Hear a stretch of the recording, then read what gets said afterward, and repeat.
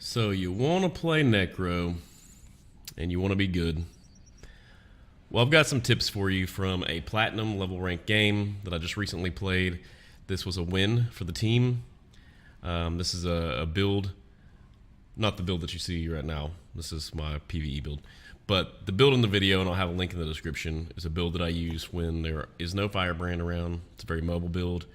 It's okay 1 versus 1, but most of all, high damage and mobility. And I'm going to go over a couple of the tips and tricks that I use throughout the commentary of the match. The only thing that I cut out was just the deaths. As soon as I went down, I cut that part out just to kind of save time. And I did speed up the video by about 20%, just also once again for time. I know a lot of people don't like to watch, through a whole video anyway in the first place. So guys, just pay attention through here. I'll go through the commentary and I'll give you some tips and advice. And hopefully if you guys like the video, then I'll be doing some more stuff like this in the future. Just leave me a comment, let me know what you think. And I might continue to do some tips and videos that are Necro related like this. All right, thanks guys.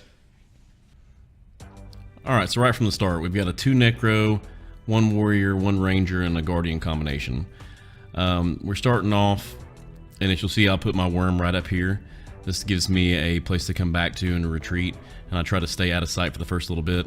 I was able to see the team went invis, so I'm already dropping my marks over there, trying to build up some life force and go ahead and put a little bit of control in the situation. We've already got 1 Necro down. I want you to pay attention to the far point and the home point.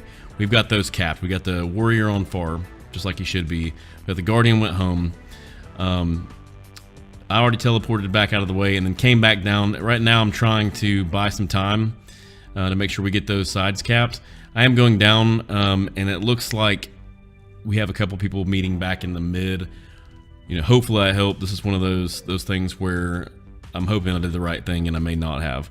I've got some people trying to res me right now and it doesn't work out. So now I'm calling for a regroup. We're going to run back up to the home point, mainly just because that gives us a chance to take out the home point, make sure we secure it, and make sure nobody gets off and gets killed and helps the other team. So me, the Necro, and the Guardian, and the Ranger, we all end up back at home. So I know we're good there. I'm going to go back over to far, and the reason why is because the Warrior's over there, and he's got 2 on him. And we've got home secure. I know some people are going to go and grab mid where there's nobody at. So I'm going to race over to far and see if I can't help out. And as soon as I get there, I realize that the Warrior just got downed. And I'm going to get outnumbered. So I go ahead and teleport back to my worm, which I place on the way up there just in case, which is always a good idea. And I'm going to go ahead and apply some pressure. Basically, my goal here is to hold them as long as possible. Now, I ended up getting plussed, but that can also easily happen over here because that's their home point. So I'm playing defensively while looking at the map. We still have our home point. I'm not sure 100% what's going on at mid yet, but it looks like there's something going on there. I'm also knowing that somewhere, soon that meditation on stillness is going to be about, and I just see that flag up. Now my only thoughts is really holding the enemy player over here as long as possible, just to try to make sure that my team has a chance to go ahead and claim that meditation on stillness. But I'm very low on health, and the other player is full health. So I have to play very defensively and do much kiting. I'm almost kind of surprised this person didn't come over here already. But I have plenty of Shroud. So like I say, right now, I'm not really concerned with taking my time, as that I'm probably going to lose if I go directly to him. So I'm playing the kiting game. Now I got him off guard there, so I went ahead and attacked. I did get a significant amount of his life, and now it's just carefully playing this chess game, this duel, to try to make sure that I go ahead and take him out, and then I'll go run back and go ahead and capture this point, which is exactly what happened. And so that's one of the ways that you can use the worm. It's just kind of going back and forth and kiting, especially if you go with a higher, damage amulet. This is actually a paladin amulet.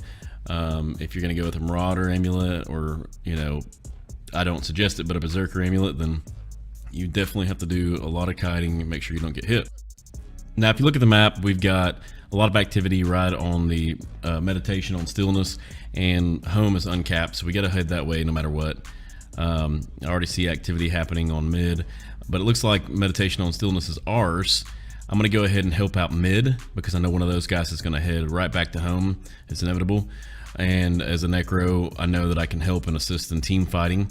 So I'm going to try to chill enemy, rip boons, and do all the things that a necro should do. Now, also, this is mid is a central point that you do want to control as long as your team has points ahead, or if you have a good team comp for that. So that's kind of what we're doing is we're playing that route. The Guardian is getting home. He's going against the Engineer.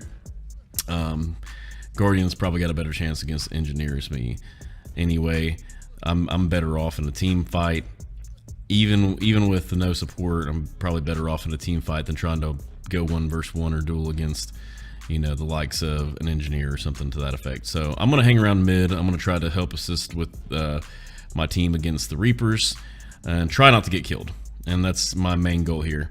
However, you know, like I say again, you know, kiting is my biggest defense right now. I don't have a lot of support, and I do end up going down right here. But I try to get, you know, almost got a res out, but that's the thing. Without a support or a class that can speed res, a lot of times this can happen unless you're willing to give up a lot of, you know, mobility and a lot of damage to go with a tankier necro build, which I've done before. But honestly, this at higher level games is probably the better way to be played. Now, once I respawn, I'm going right back home. You know, during this part of the game, we're in the lead. It's always a smart idea to try to go back home first, see if you can regroup with anybody, especially gives you time to look at the map, and it kind of keeps you from running into a situation where you're going to be a 1 versus 2 or 3 right off the bat. You have a better chance of being closer to your base. It's basically what I'm saying. So that's a great place for necro to start out at. Now they ended up taking out the other necro that was there, and that teammate got plus by another one of his teammates. So I'm playing defensively, I'm kiting them away, and I'm trying to get back close to the base so I can regroup once again with some of the other players. Necros in general are great for team fights, 2 versus 2s, 2 versus 3s, and that's almost no matter what build, or, you know, especially the Reaper. And so that's kind of what I've got to play with. Now I got down here, but basically what you want to use is the strengths of a necro. They're not a great dueling class. Most other classes have an advantage there, but they're great team fighters, and they have a lot of control options, especially with staff. And if you pick some mobility traits, then you're not doing yourself any favors if you're not trying to get over to where your teammates are as quickly as possible. And so that's what I'm trying to do here. And I'm also trying to take some of the harder classes. Like in this situation, I wouldn't have picked to go up, you know, against the Mesmer unless I thought that it might be helping out the team. But, you know, I know that I'm probably going to get taken out in a situation like this. However, you know, the longer I can get this guy to follow me around, or the other team to follow me around, the better off it is on my team as far as capturing points, capturing meditation on stillness, and stuff like that. At this point in the game, you know, I still consider this close. Anything can happen. I'm going to go right back to mid. I know that's where most people are going to be meeting up at this point in time. We control far, and we're about to control home because we got the warrior over there. So the only thing I got to do is just stay alive, try to stay, you know, help my teammate, and try to stay on mid to keep this point from getting capped, or cap it myself. Once again, you can see where I used the worm to get away.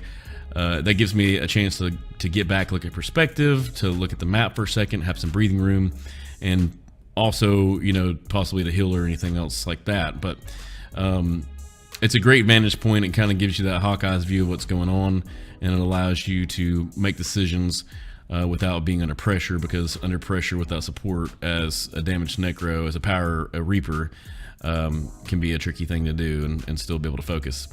So there it is. That was a win. It was an ugly win, but that's how I do it.